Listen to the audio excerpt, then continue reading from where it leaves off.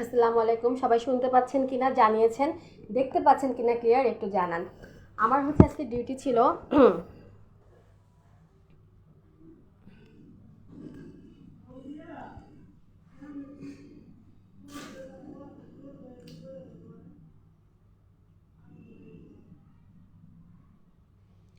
আমি কেটে একটা নতুন লাইভে আসতেছি, একটু কাইন্ডলি নতুন লাইভে আসেন। এরা হচ্ছে ওয়াইফাই ঝামেলা করতেছে। হ্যাঁ, আমি নতুন একটা লাইভে আসতেছি, কাইন্ডলি নতুন লাইভটাতে একটু জয়েন করেন।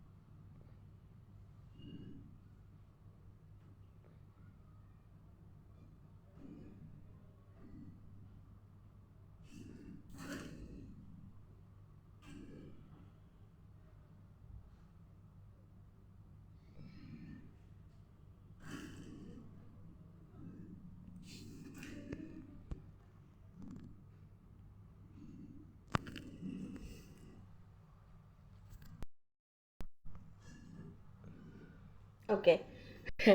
শুনতে পাচ্ছেন কিনা, দেখতে পাচ্ছেন কিনা কাইন্ডলি একটু জানান প্লিজ।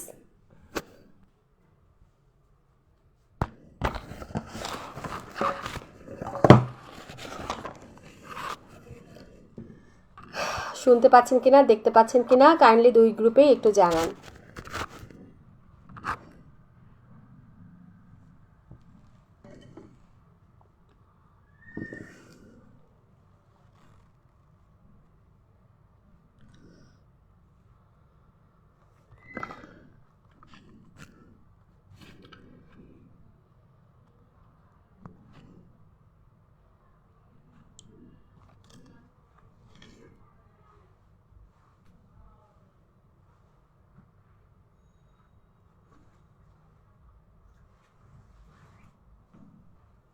আলহামদুলিল্লাহ ক্লিয়ার। আসলে হচ্ছে আমার ডিউটি ছিল, ডিউটি থেকে বের হতে চেষ্টা করলে আসলে আগে বের হতে পারি না। তো তারপর হচ্ছে গিয়ে এসে আমার টুইঙ্কেল একটা ক্লাস ছিল। তো এখন ওই ক্লাসটা হচ্ছে আমার শেষ না করে যদি এখানে আসতাম, মানে একটু খারাপ লাগে তাই না? একটা ক্লাস শেষ না করে মাঝপথে আরেকটা চ্যাপ্টার শুরু করলে আপনাদেরই একটু কষ্ট হয়ে যায়। তো এই জন্য ওইটা শেষ করে আসতে একটু দেরি হয়ে গেল। সো পার্কি এক্সপ্যাচের আপুদের কাছে ক্ষমা চেয়ে নিচ্ছি যে হচ্ছে আমি জানাতে পারি নাই, বিকজ আমার কাছে, হ্যাঁ, আমি যেইখান থেকে, মানে আমি লাইভে গিয়েছি আর কি, যেখান থেকে সে একটা মোবাইল দিয়েই হচ্ছে কাজ চালাতে হচ্ছিল, বিকজ আমি বাসায় যেতে পারি নাই। তো এই জন্য হচ্ছে আমি জানাতে পারি নাই, বা দেরি হয়ে গেছে জানাতে, খেয়ালও করি নাই কখন এত লেট হয়ে গেছে। তো আমি খুবই সরি। চলেন তাহলে আমরা ক্লাসটা শুরু করি। আমার সাথে পার্কি এক্সের সঙ্গে অনেক অনেক দিন পর দেখা হচ্ছে। তো আশা করি সবাই ভালো আছেন। গল্প পরে করব, পড়াটা শুরু করে দিই, ঠিক আছে?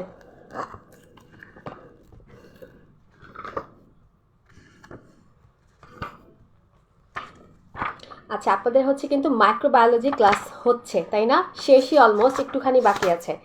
তো মনে রাখবেন, এফসিপিএস পার্ট 1-এর ক্ষেত্রে মাইক্রোবায়োলজি পড়ার কিছু প্যাটার্ন আছে। মন দিয়ে কথাগুলো একটু শোনেন। প্রথম কথা হলো, সবার জন্যই বলছি, এফসিপিএস পার্ট 1 পরীক্ষায় মাইক্রোবায়োলজি থাকে পেপার 3-তে, ঠিক আছে? পেপার 3-তে থাকে। আপু আটকে আটকে যাচ্ছে, সবারই কি আটকাচ্ছে? যদি সবার না আটকায় তাহলে বুঝবেন যে যার আটকাচ্ছে, যাদের আটকাচ্ছে তাদের নেটে একটু প্রবলেম আছে, ঠিক আছে? একটু ঠিক করে নিতে হবে। আচ্ছা, তো যেটা বলছিলাম, এফসিপিএস পার্ট 1 পরীক্ষায় মাইক্রোবায়োলজি রিলেটেড প্রশ্নগুলো হচ্ছে পেপার 3-তে আসে, ঠিক আছে? এবং হচ্ছে মাথায় রাখবেন, মাইক্রোবায়োলজির ক্ষেত্রে আমাদের কিছু জিনিস হচ্ছে আমরা একটু টেকনিক্যালি পড়তে পারি।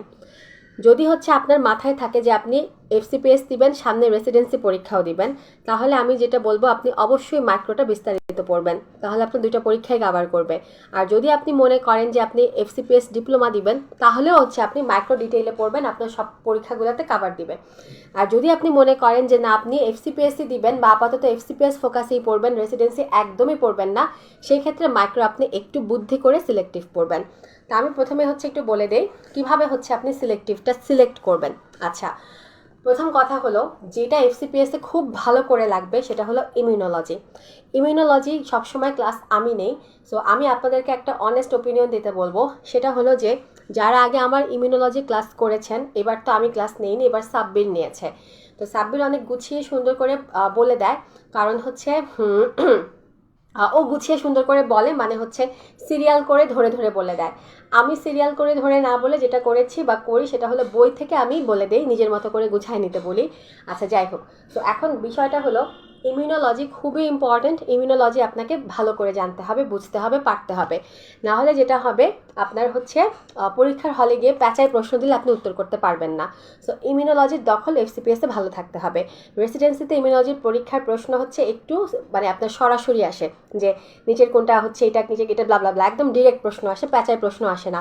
মুখস্থ করে ইমিউনোলজি রেসিডেন্সিতে পার পাওয়া যায়, কিন্তু FCPSে ইমিউনোলজি মুখস্থ করে পার পাওয়া যায় না। ঠিক আছে, অনেক কিছু বুঝতে হয়। সো যারা হচ্ছে দুইটা ক্লাসই করেছেন, সাব্বিরেরটাও করেছেন, আমারটাও আগে করেছেন, কমেন্ট সেকশনে বলার দরকার নেই, আপনারা অনেস্টলি আমাকে ইনবক্সে একটু ওপিনিয়ন জানাবেন। এটা জানানোর আমি জানতে চাচ্ছি একটাই রিজন, সেটা হলো যদি আপনারা বলেন যে হ্যাঁ এইভাবে ক্লাসের প্যাটার্ন আপনাদের জন্য বেশি প্যালাটেবল বা হচ্ছে গিয়ে পরীক্ষায় বেশি হেল্প হবে, যারা পরীক্ষা দিয়েছেন তারা আরও ভালো বুঝতে পারবেন, তাহলে হচ্ছে ইমিউনোলজি ক্লাসটা এটাই থাকবে। আর যদি হচ্ছে বলেন যে না, যেভাবে হচ্ছে নিলে আরেকটু ইলাবোরেটেড হলে আগেরটা হচ্ছে বেটার মনে হয়েছে আপনার কাছে, বা বেটার হচ্ছে পার্ট 1 পরীক্ষায় বেটার কভার করা যায়, তাহলে হচ্ছে সেটাও জানাবেন। তো সেই ক্ষেত্রে হচ্ছে ওরকম একটা রিভিউ নিয়ে নিতে নিতে আমার কোনো প্রবলেম নাই। তো কেন বলছি, বিকজ আপনাদের ভালোর জন্যই, ঠিক আছে। আচ্ছা, বাট হচ্ছে ফুল লম্বা ক্লাস আমার এইবার হয়তো এখন নিব না, নিলেও হচ্ছে পার্কি ব্যাচে নিতে পারি। যদি পার্কি ব্যাচে নেই তাহলে পার্কি এক্সের আপুরা পাবেন, তবে টুইঙ্কেলের ক্ষেত্রে আমার পক্ষে এখন এই মুহূর্তে ইমিউনোলজি ডিটেল ক্লাস নেওয়া পসিবল হবে না, ঠিক আছে। আচ্ছা, এই গেল প্রথম কথা। নেক্সট হচ্ছে আসি,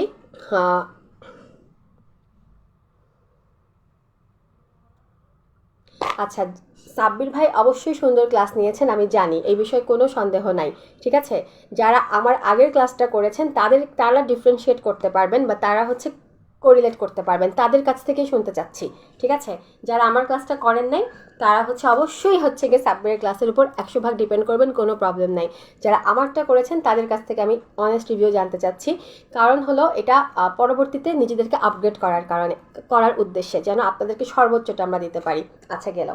সো ইমিউনোলজির দখল থাকতে হবে, খুব ভালো দখল থাকতে হবে FCPS পার্ট 1 পরীক্ষা পাশ করার জন্য। রেসিডেন্সিতে মুখস্থ করে দিলেও হবে, ঠিক আছে।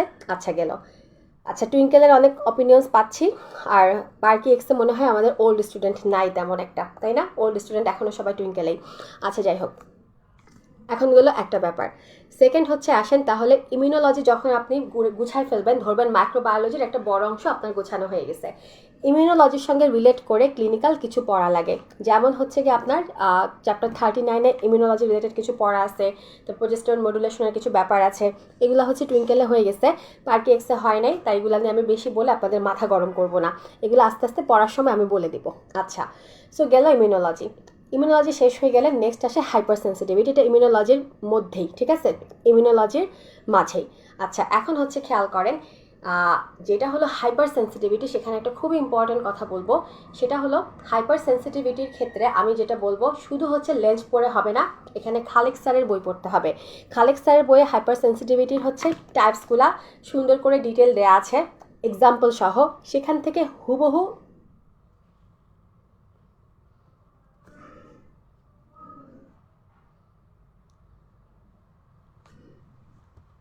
সাউন্ড নাই আপু, সাউন্ড কি কারোই নাই নাকি দুই একজনের নাই? একটু কমেন্ট করেন, সাউন্ড কি পাচ্ছেন না বাকিরা?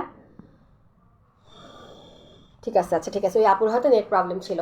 আচ্ছা যাই হোক, সো যেটা হচ্ছে বলতেছিলাম, কি যেন বলতেছিলাম, আচ্ছা হাইপার সেন্সিটিভিটি। আচ্ছা একটু হচ্ছে আমি বলতে থাকি, আপনারা একটু শুনতে থাকেন, ঠিক আছে। আমি একটু ঠিক করে আসি একটা জিনিস। আচ্ছা, হাইপার সেন্সিটিভিটি শুধু লেন্স পড়লে হবে না, আমি বলবো খালেক স্যারের বই পড়তে, ঠিক আছে। তো তো হাইপার সেন্সিটিভিটি খালিক স্যারের বই হচ্ছে খেয়াল করবেন, সেখানে অনেক এক্সাম্পলস আছে, মেকানিজম আছে, যেগুলো হচ্ছে বুঝতে হবে আপনাকে। বোঝার বিষয়টা ক্লাসে আপনাকে বোঝাই দেওয়া হয়েছে, আশা করি আপনারা বুঝতেও পারছেন। কিন্তু হাইপার সেন্সিটিভিটির এক্সাম্পলের জন্য শুধু লেন্স পড়লে হবে না, খালিক পড়তে হবে। যদি হচ্ছে খালিক না পড়ে থাকেন, খালিক দেখতে হবে, ঠিক আছে? কারণ খালিক হচ্ছে গিয়ে ওইখানে বেশ আচ্ছা এক্সাম্পলগুলা দেখবেন সরাসরি একদম লাইন থেকে তুলে দেয়, এরকম হচ্ছে এক্সপিরিয়েন্স আছে, ঠিক আছে? আচ্ছা গেল। নেক্সট হচ্ছে আসেন ইমিউনোলজি হাইপার সেন্সিটিভিটি পড়ে ফেললে মাইক্রোর একটা বিশাল পোর্শন আপনার পড়া হয়ে যাবে। নেক্সট আমি আপনাকে সাজেস্ট করব আপনি পড়বেন বেসিক ব্যাকটেরিওলজি, মানে জেনারেল ব্যাকটেরিওলজি, তারপরে হচ্ছে বেসিক ভাইরোলজি। সিস্টেমিকটা আগে পড়বেন না।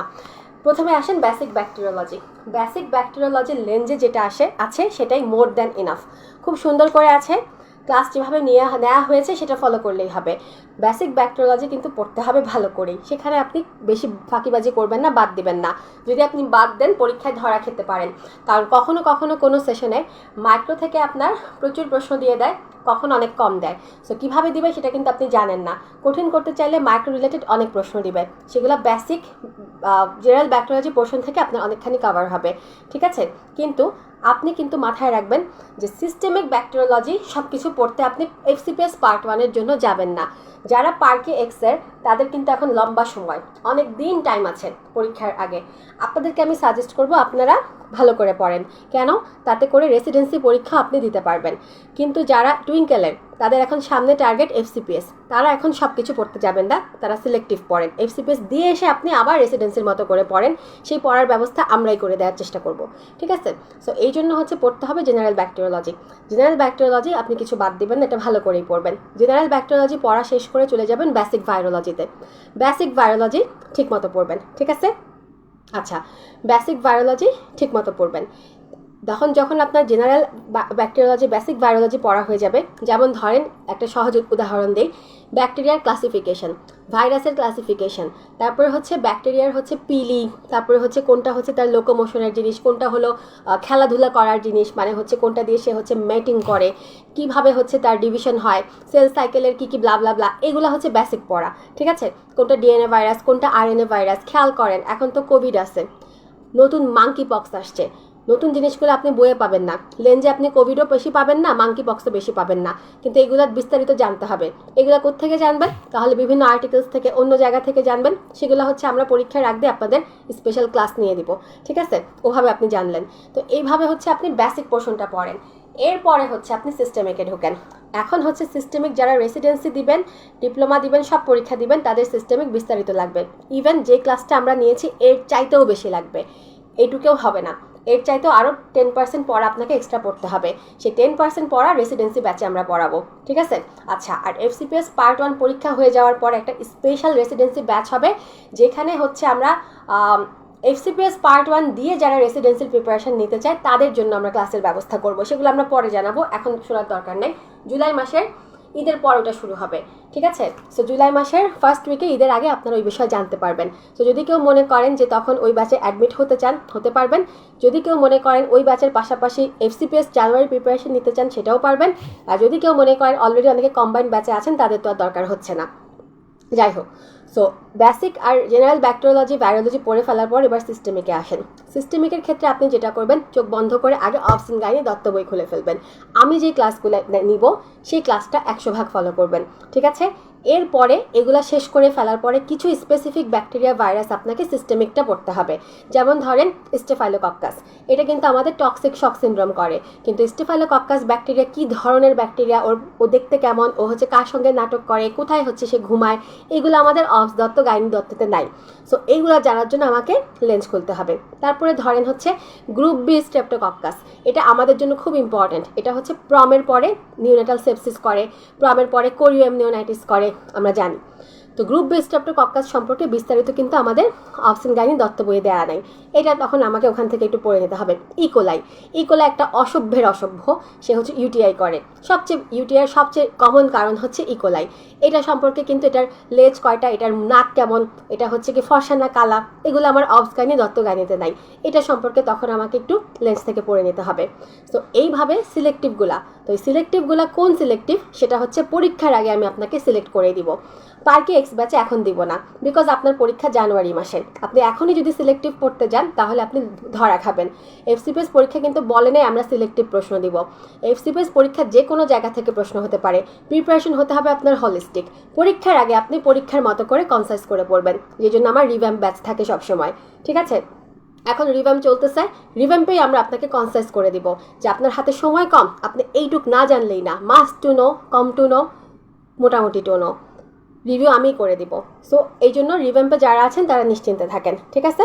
আচ্ছা, so basic virology, general bacteriology, এখান থেকে আপনার কিছু বাদ দিতে হবে না, বাদ দিলে হবে না, এটা আপনার ভালো করেই পড়তে হবে। সিস্টেমিক অংশটা হচ্ছে আপনি কমাই নেবেন। রিভ্যাম্পে মাইক্রো রিভিউ ক্লাস হবে না। মাইক্রো তো আমি আপনাকে রুটিনেই দেই নাই, দিছি যখন রুটিনেই যেটা দেই নাই সেটা হচ্ছে এখন রিভিউ কেন হবে, রুটিনে যখন দিব তখন রিভিউ হবে, ঠিক আছে। আচ্ছা, সো এই হলো বিষয়টা। আচ্ছা, এবার হচ্ছে আসেন তাহলে সিস্টেমিক ব্যাকটেরিওলজি ভাইরোলজি কীভাবে পড়বো বুঝে গেলাম। মাইকোলজি প্যারাসাইটোলজি খুবই কম পড়া, এবং সেটা কম তো কমই, গাইনি অবসের জন্য আরও একটু কম, ঠিক আছে। সো আরও একটু কম হচ্ছে কিভাবে, এটা ক্লাস এখনও তো হয় নাই, হয়ে যাবে। আচ্ছা, নেক্সট হচ্ছে আসেন, যদিও জেনারেল ব্যাকটেরিওলজির অংশ, কিন্তু এটা আমি আলাদা করে হচ্ছে মাথায় রাখি, সেটা হচ্ছে স্টেরিলাইজেশন ডিসইনফেকশন।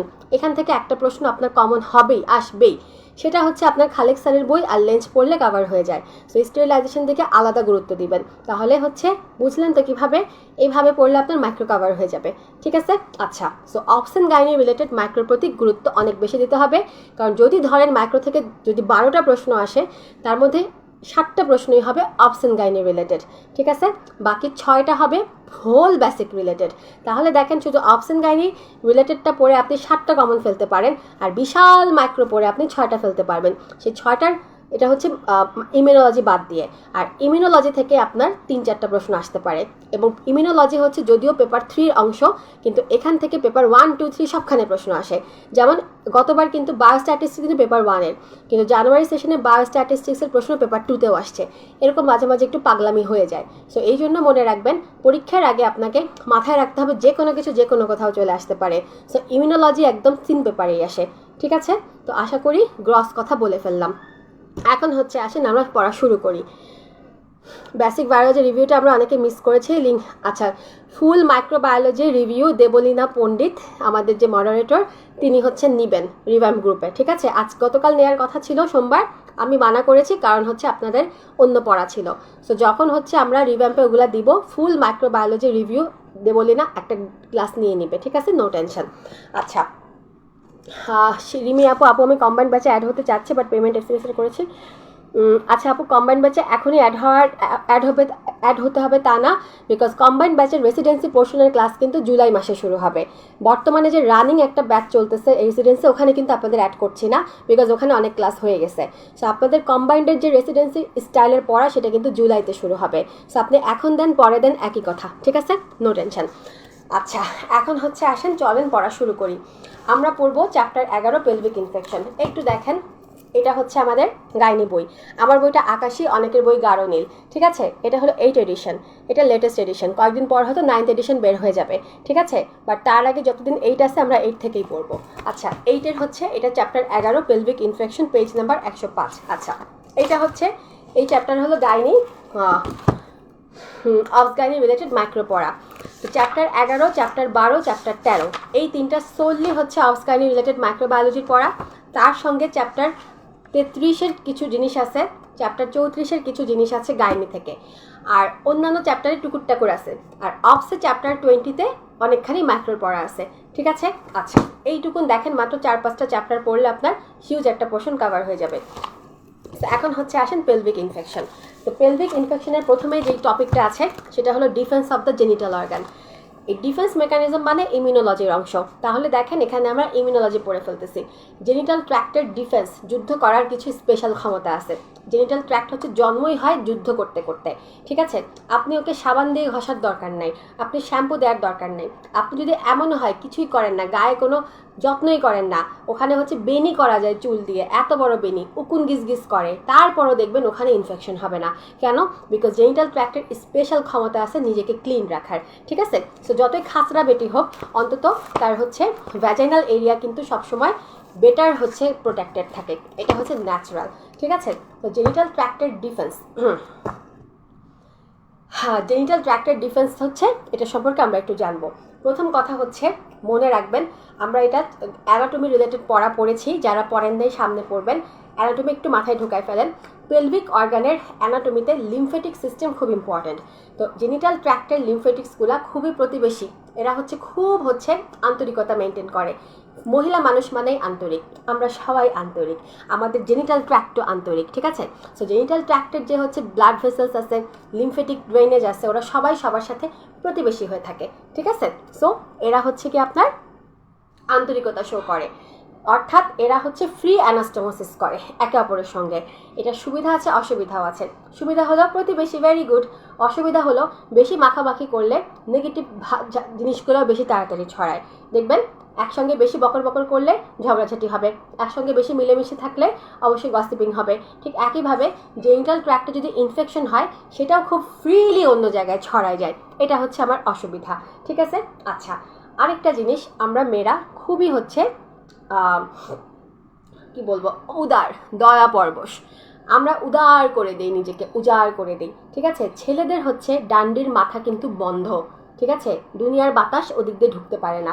মেয়েদের ভ্যাজাইনা কিন্তু খোলা, বাতাস চাইলে ওখান দিয়ে ঢুকে ভিতরে হচ্ছে হু হু করে বইতে পারে, ঠিক আছে? তাহলে দুনিয়ার সাথে আমার শরীরের সরাসরি সম্পর্ক থ্রু ভ্যাজাইনা, ঠিক আছে? অর্থাৎ পেরিটোনিয়াল ক্যাভিটি আর এক্সটেরিয়রের সাথে ভ্যাজাইনা দিয়ে একটা সম্পর্ক কিন্তু আছে। এই জন্য যে কোনো ইনফেকশন বা যে কোনো কিছু সুন্দর করে বেয়ে বেয়ে ভিতরে ঢুকে যেতে পারে, ঠিক আছে? তো এখন হচ্ছে আসি এক একটা ডিফেন্স নিয়ে একটু পড়ি, ঠিক আছে? তো ফার্স্টে হচ্ছে আসি, ধরেন আপনি আয়না দিয়ে নিজেকে একটু খেয়াল করেন, তাকালে কি দেখবেন? ভালভা দেখতে পাবেন।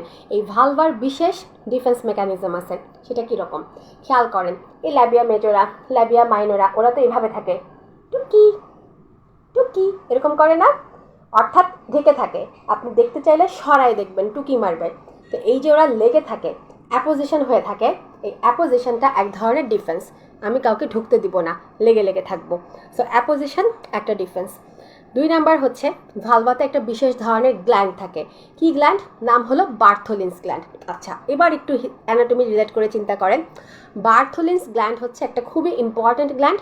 বার্থোলিনস গ্ল্যান্ড হচ্ছে হিস্টোলজিক্যালি চিন্তা করলে ও হচ্ছে কম্পাউন্ড রেসিমোস টাইপের গ্ল্যান্ড, ঠিক আছে? বার্থোলিন গ্ল্যান্ড এখানে লেখা নাই, একটু পড়া রিকল করি, অথবা যারা এখনও পড়েন নাই তাদের জন্য ভবিষ্যতে পড়বেন তাই একটু আন্দাজ দিয়ে দেয়। বার্থোলিনস গ্ল্যান্ড হচ্ছে মটরশুঁটির মতো দেখতে গ্ল্যান্ড, 2টা থাকে সংখ্যায়, সাইজ হচ্ছে 0.5 সেন্টিমিটার, ঠিক আছে?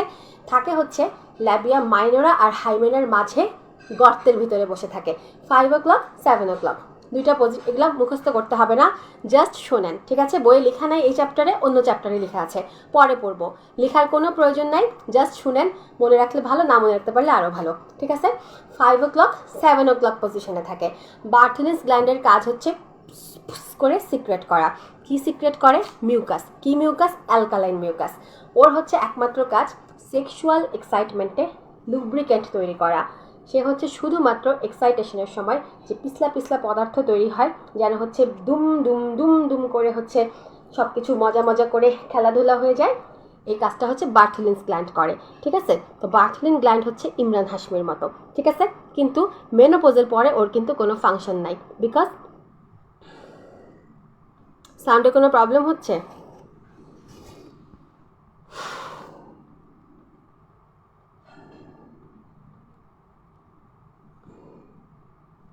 আচ্ছা, মেনোপজের পরে দেখা যায় বার্থোলিন গ্ল্যান্ডের কোনো ফাংশন থাকে না। সো মেনোপজের পরে বার্থোলিন গ্ল্যান্ড যদি কারো পালপেবল হয়, বড় সড়ো থাকে, তাহলে ম্যালিগনেন্সি সবার আগে চিন্তা করতে হবে, ঠিক আছে? এমনিতে নর্মাল মানুষের বার্থোলিন গ্ল্যান্ড হচ্ছে হাত দিয়ে পালপেট করা যায় না। পালপেট যদি করতে পারেন বুঝবেন কোনো একটা প্যাথোলজি আছে, ঠিক আছে? শেষ। এগুলো জাস্ট শুনে রাখেন, পড়ার দরকার নেই। এগুলো হচ্ছে যাদের আগের পড়া আছে রিকল হলো, যাদের পড়া নেই সামনে পড়বেন, একটু হিন্টস দিলাম, ঠিক আছে, আর কিছু না। আচ্ছা, তো বার্থলিন গ্ল্যান্ডের টাইপ হচ্ছে কম্পাউন্ড রেসিমোস টাইপের গ্ল্যান্ড, ঠিক আছে। বার্থলিন গ্ল্যান্ড যে সিক্রেশন করে সেখানে হচ্ছে একটা বিশেষ ধরনের অ্যাসিড থাকে, যেটাকে বলা হচ্ছে আনডিসাইক্লিনিক অ্যাসিড। এটা আপনারা লিখে ফেলেন এই নামটা। এটা হচ্ছে একটা অ্যান্টিফাঙ্গাল, ঠিক আছে।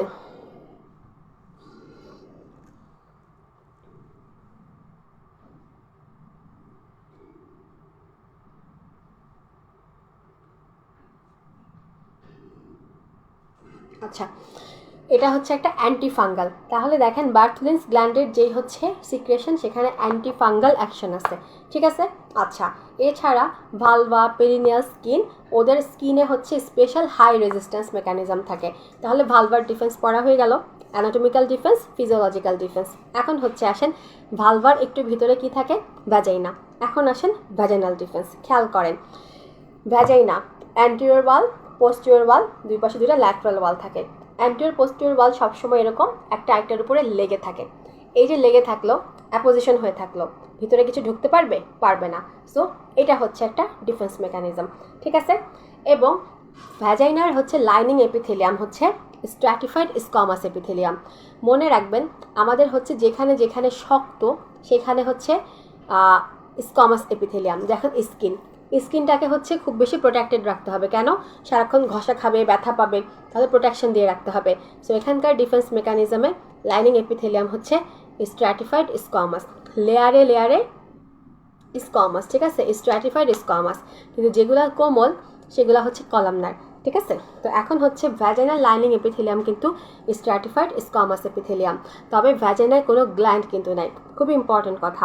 ভ্যাজাইনাতে কোনো গ্ল্যান্ড থাকে না। ভ্যাজাইনার হচ্ছে নিজস্ব কোনো গ্ল্যান্ড নাই। যেমন চাঁদ নিজস্ব কোনো আলো নাই, সূর্যের আলোয় আলোকিত, ঠিক তেমনি ভ্যাজাইনার নিজস্ব কোনো গ্ল্যান্ড নাই, সে অন্যের সিক্রেশনে সিক্রেশিত। সার্ভিক্সের সিক্রেশন, ইউট্রাসের সিক্রেশনে সে ভেজা থাকে, নিজস্ব তার কোনো গ্ল্যান্ড নাই, ঠিক আছে। ওকে, এখন হচ্ছে আসেন ফিজিওলজিক। আচ্ছা, ফিজিওলজিক হচ্ছে ডিফেন্স মেকানিজমে এখানে একটা হরমোন কাজ করে। হরমোনটা হলো ইস্ট্রোজেন হরমোন, ঠিক আছে। এটা খুবই ইম্পর্ট্যান্ট, যদি পরীক্ষায় আসে কোন হরমোন হচ্ছে ভ্যাজাইনাল ডিফেন্স মেকানিজমে কাজ করে, সেটা হচ্ছে ইস্ট্রোজেন হরমোন, ঠিক আছে। আচ্ছা, এখন হচ্ছে আসেন ইস্ট্রোজেন হরমোনের একটা বিশেষ ব্যাপার আছে। এটা হচ্ছে যারা টুইঙ্কেল ব্যাচের তাদের হচ্ছে, আচ্ছা টুইঙ্কেলের নেটে তো ঝামেলা করতেছে কেন? এদিকে কিন্তু ঝামেলা করতেছে না, পার্কে এক্সে সবাই কিন্তু সুন্দর পড়তেছে, ঠিক আছে। আচ্ছা, তো এখন হচ্ছে আসেন মেকানিজমের ক্ষেত্রে মনে রাখবো কয়েকটা ব্যাপার। আচ্ছা, সহজ কথায় চিন্তা করেন, আমরা যখন রিপ্রোডাক্টিভ এজে থাকি, আমি যদিও রিপ্রোডাক্টিভ এজে হলো দেখতে কালা ভূতভূতি অসুন্দর, আমার কথা বাদ। এই যে ধরেন আমাদের মালিহা রোজ আপু, নামটাই কি সুন্দর, রোজ। ছবি দেখতে পাচ্ছি একটা ছোট্ট করে, আপু এইভাবে একটা প্রোফাইল পিকচার দেয়া, তার মানে আপু দেখতে কি সুন্দরী, রিপ্রোডাক্টিভ এজে আছে। আপুর শরীরে রস টস করছে, কিসের রস? ইস্ট্রোজেনের রস।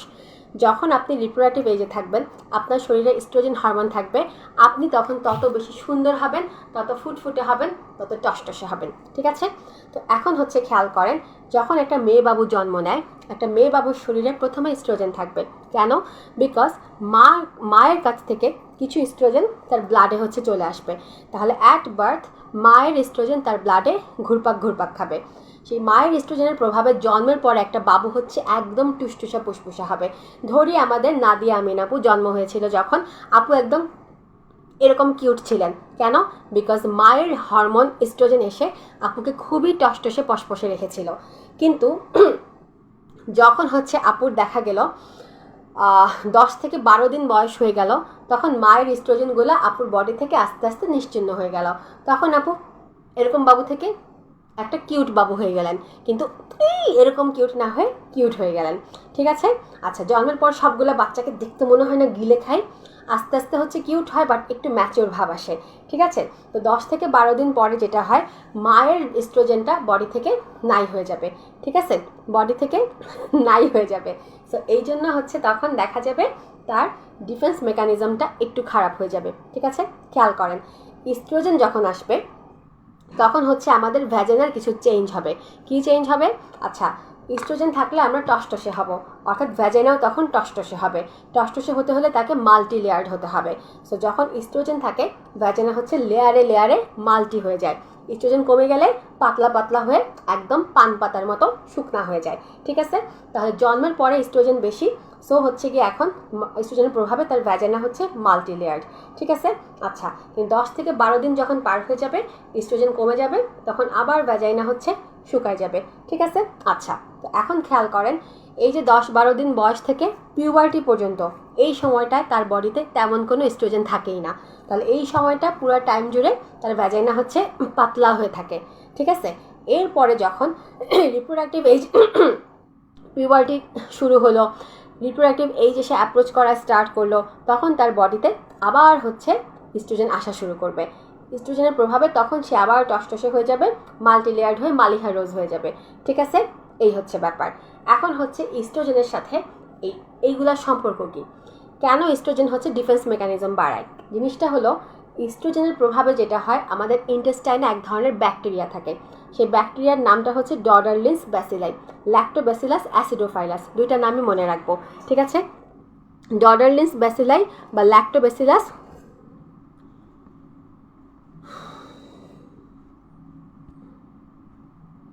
আচ্ছা, একখানে নেট প্রবলেম করতেছে, আরেকখানে নেট ভালো আছে, বিষয়টা বুঝলাম না। আচ্ছা, যাই হোক, ল্যাক্টোব্যাসিলাস অ্যাসিডোফাইলাস বা হচ্ছে ডডারলিন্স ব্যাসিলাস, ও হচ্ছে ইন্টেস্টাইন থেকে আসে। যখন বডিতে ইস্ট্রোজেন আসে, ইস্ট্রোজেন এসে ওকে ডাক পারে।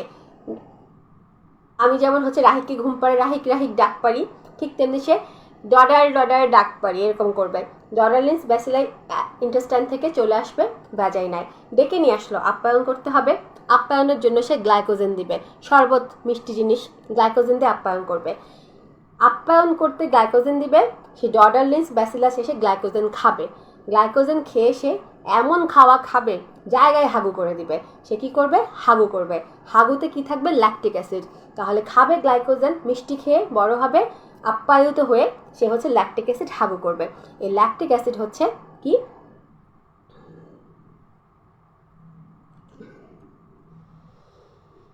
আচ্ছা, যাই হোক, ল্যাকটিক অ্যাসিড কি? ল্যাকটিক অ্যাসিড হচ্ছে এক ধরনের অ্যাসিড। সেই অ্যাসিডটা তখন কি করবে?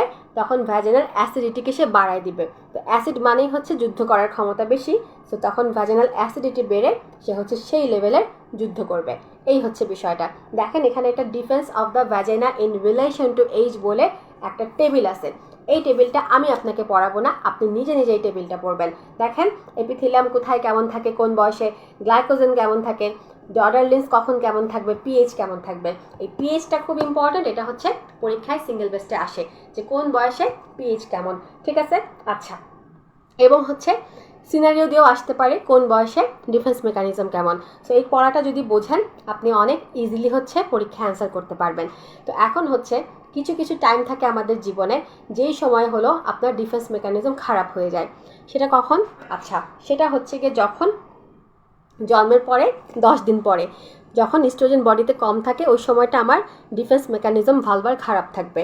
যেমন হচ্ছে বাবু হওয়ার 10 দিন পরে মায়ের ইস্ট্রোজেন চলে গেল, সো হচ্ছে তখন তার ডিফেন্স খারাপ হয়ে গেল। রিপ্রোডাক্টিভ পিরিয়ডে যখন আমাদের মাসিক চলে, ডিউরিং মেনস্ট্রুয়েশন, মাসিক চলাকালীন তখন ডিফেন্স মেকানিজম খারাপ হয়। কেন? মাসিকের রক্ত অ্যালকালাইন, অ্যালকালাইন রক্ত এসে অ্যাসিডিটিকে চেঞ্জ করে দেয়, সো তখন ডিফেন্স মেকানিজম খারাপ হয়ে যায়। এরপরে সার্ভিক্সের মুখ কিন্তু একটা মিউকাস প্লাগ দিয়ে বন্ধ থাকে। মাসিক যখন চলবে মিউকাস প্লাগটা পড়ে যাবে না, সো তখন ভিতরে নিচ থেকে ময়লা জিনিস উপরে বেয়ে বেয়ে ওঠার সুযোগ পাবে। অ্যাবর্শনের পরে বা চাইল্ড বার্থের পরে যেটা হয়, অ্যাবর্শন চাইল্ড বার্থ দুইটার পরে রক্ত সিক্রেট হয়। সেই রক্তগুলো হচ্ছে গিয়ে অ্যালকালাইন। অ্যালকালাইন রক্ত ভ্যাজাইনার পিএইচকে চেঞ্জ করে দিবে, সো ভ্যাজাইনার ডিফেন্স মেকানিজম খারাপ হয়ে যাবে। আর যে কোনো রক্ত জাতীয় জায়গা ব্যাকটেরিয়ার খুবই পছন্দ, সেখানে সে বেশি বেশি গ্রো করে। যখন মেনোপজ হয়ে যায়, ইস্ট্রোজেন বডি থেকে নাই হয়ে যায়, তখন ডিফেন্স মেকানিজম খারাপ হয়ে যায়। সো এগুলো হচ্ছে জীবনের কিছু বিশেষ পর্যায়ে যখন ডিফেন্স মেকানিজম আমাদের খারাপ থাকে। আরেকটা বিষয় খেয়াল করেন, পিএইচ মানে কি? পিএইচ বাড়া মানে কি? পিএইচ বাড়া মানে পিএইচ হচ্ছে 6, 7, 8 এরকম হওয়া, তাই না? সেটা কি? অ্যালকালাইন না? তাহলে পিএইচ বাড়া মানে অ্যালকালিনিটি বাড়া, অ্যাসিডিটি কমা। পিএইচ কমা মানে অ্যাসিডিটি বাড়া, অ্যালকালিনিটি কমা।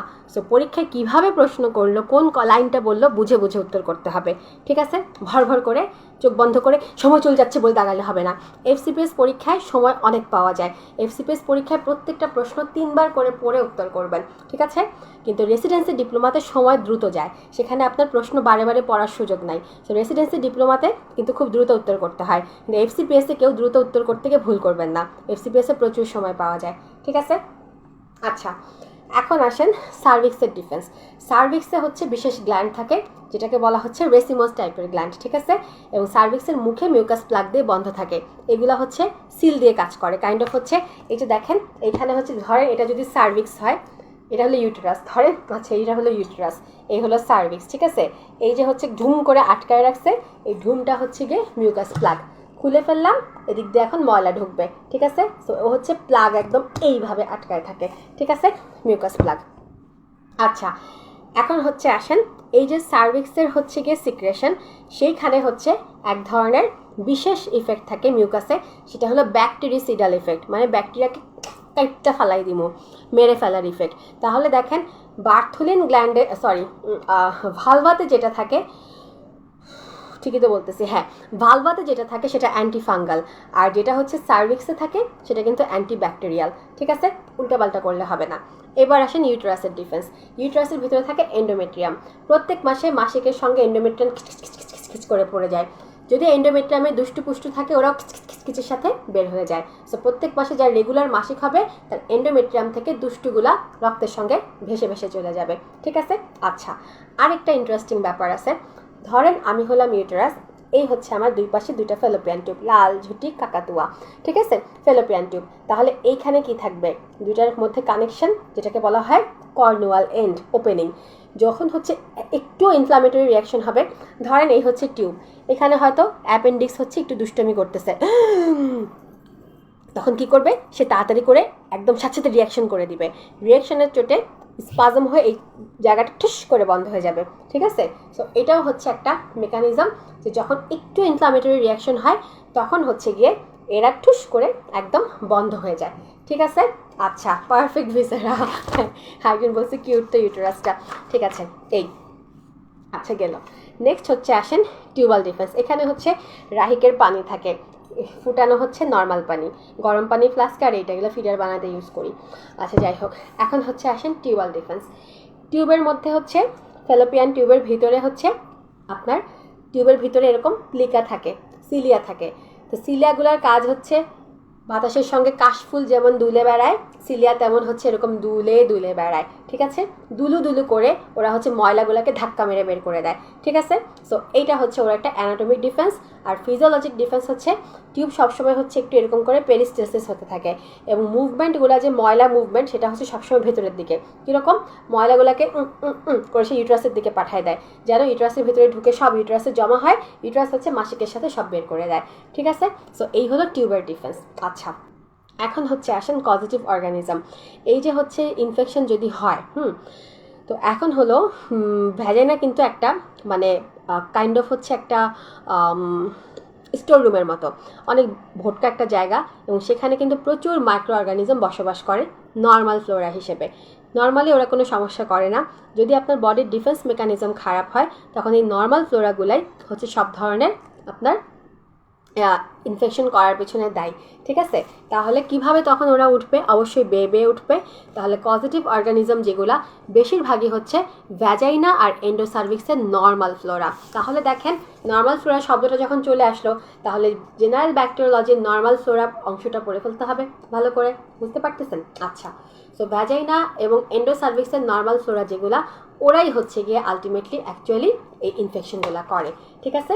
আচ্ছা, সো ধরেন হচ্ছে গিয়ে আপনি কথা নেই বার্তা নেই, ক্ষুধা কামে হচ্ছে ভিতরে গুতামাতা করলেন, বা হচ্ছে আপনি একটা ডিএনসি করলেন আনহেলদিভাবে, অ্যাবর্শন হলো, বা একটা নর্মাল ডেলিভারি হলো আনহাইজেনিকভাবে, তখন হচ্ছে এই যে আপনি হাইজিন সিস্টেমটা নষ্ট করলেন, অ্যাসেপটিক প্রিকশন নিলেন না, সেই অর্গানিজমগুলো বেয়ে বেয়ে উপরে উঠে যাবে, এরাই হচ্ছে ইনফেকশন করবে, ঠিক আছে? এখন আসেন কী কী অর্গানিজম। অর্গানিজম আছে পায়োজেনিক, আছে হচ্ছে এসটিডি। পায়োজেনিকের মধ্যে হচ্ছে সবচেয়ে কমন হচ্ছে কোনগুলা? অ্যারোবিক, অ্যানারোবিক, ঠিক আছে? আচ্ছা, একটু হচ্ছে বুদ্ধি করে মনে রাখতে পারেন, অ্যারোবিকের মধ্যে gram positive gram negative. Aerobic gram positive হচ্ছে এসএলডি, এসএলডি দিয়ে মনে রাখতে পারেন, অথবা ডিএসএলআর ক্যামেরা, ডিএসএল, ঠিক আছে? আর নাই, ডিএসএলআর, ডিএসএল। ডিতে হচ্ছে ডিপথেরয়েড, এসে হলো স্টেফাইলোকক্কাস, এলে হলো ল্যাক্টোব্যাসিলাস, ডিএসএল ক্যামেরা। ঠিক আছে, এরা হলো গ্রাম পজিটিভ।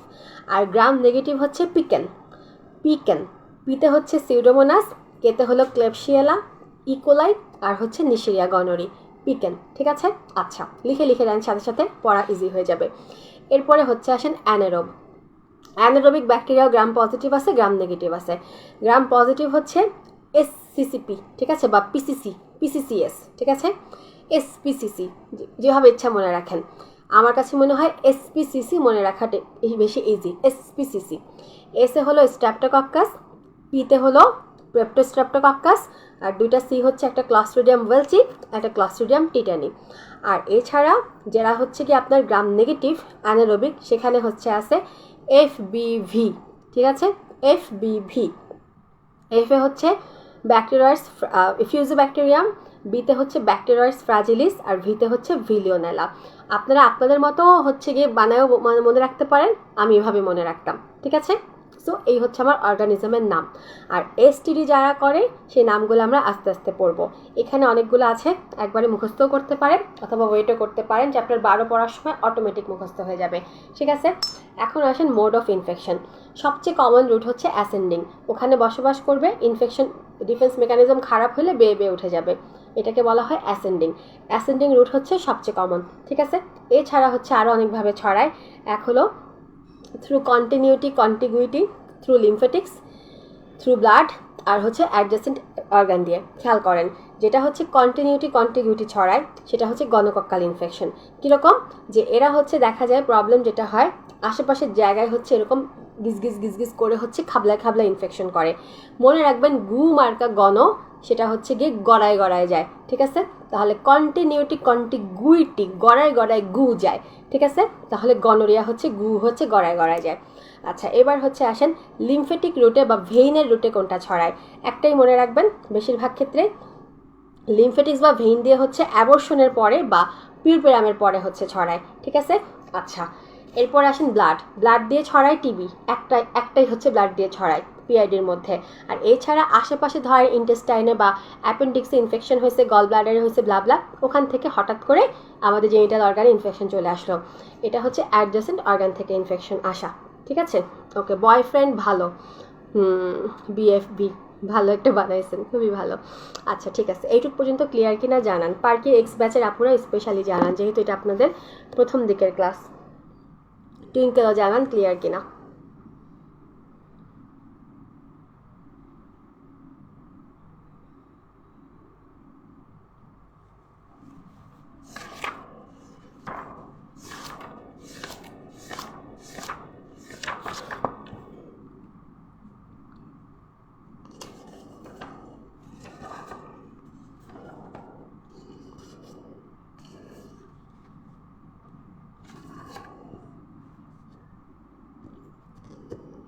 বাজে কয়টা, ঘড়ি তো আমার সামনেই আছে।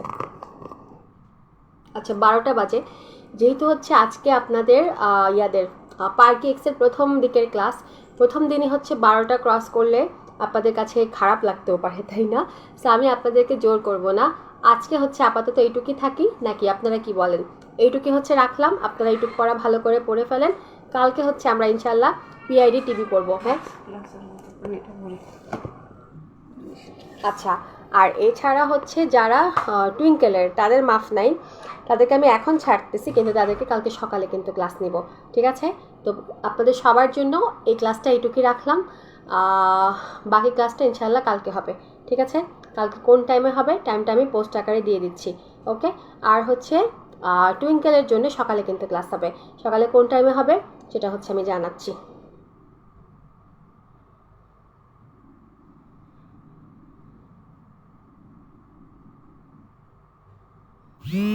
ওকে ঠিক আছে, আমি এখন কেটে দিলাম, পোস্টে একটু পরে কথা হবে। ওকে, আল্লাহ হাফেজ সবাই।